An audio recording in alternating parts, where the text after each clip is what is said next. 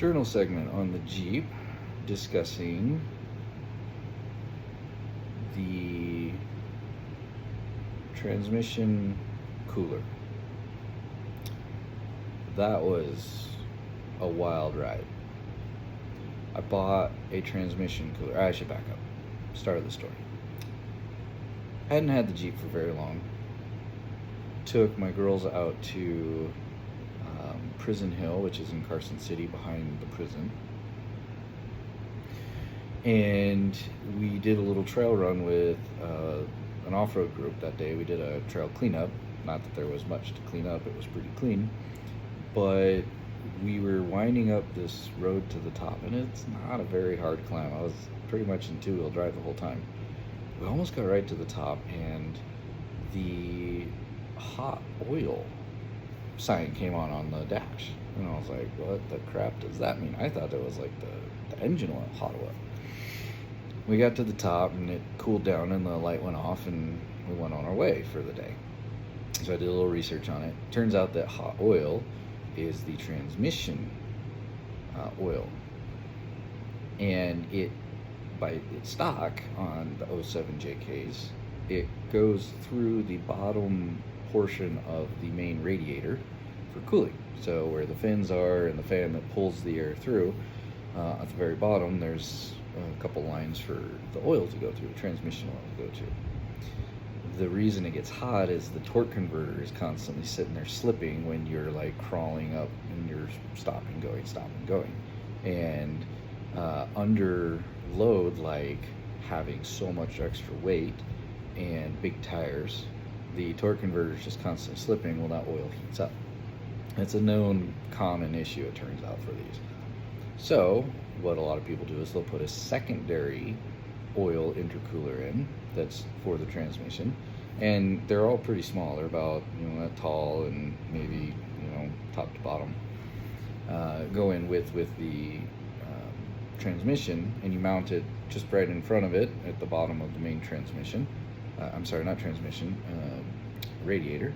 And it even connects into the main line, so it just extends the path of cooling and helps it out. So I bought this little one and tried to put it in there. Well, it wouldn't fit because this already has an intercooler in front of the main radiator for the supercharger that's installed. And it takes up a bit of room that there was no way I could mount that. So I kept trying to find a place to mount it. Well, as I crawled under the Jeep, I saw that there was this little black square tipped at an angle right in front of the main crank. And I started following the hoses, and lo and behold, I find out that it's a transmission cooler already installed, connected in line with the stock transmission cooler, part of the radiator. It's a stack and plate model, so instead of the little fin like you would expect to see on a regular radiator, it's got these metal plates essentially, but they're kind of bulbous, so the fluid still runs through them, and they have more surface area for the heat to dissipate.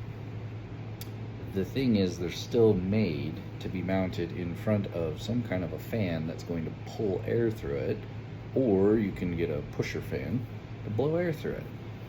And this wasn't mounted anywhere where it would have that. It was mounted somewhat behind the main shroud fan for the radiator, but it was so low down that it wasn't really getting any air across it, and it's not really made for that. So I found some options, and I ended up buying a little 5-inch fan, a puller fan, and I figured out a way to mount it to the intercooler.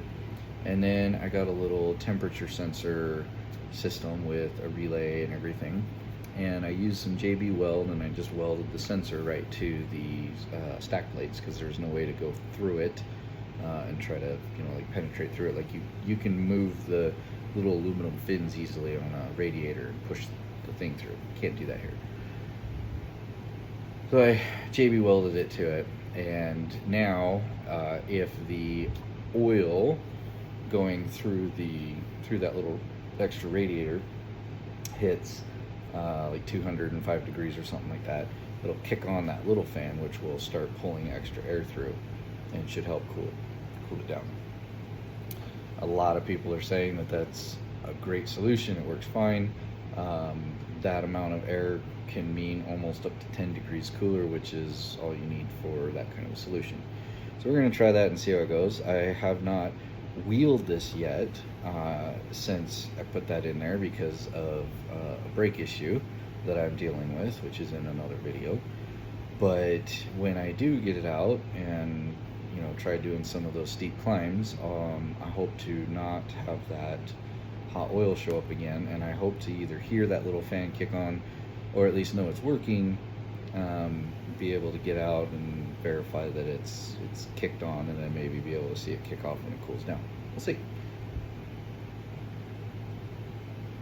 It's been very interesting fabricating and coming up with some of these solutions for this vehicle after I got it from this guy. So stay tuned for more.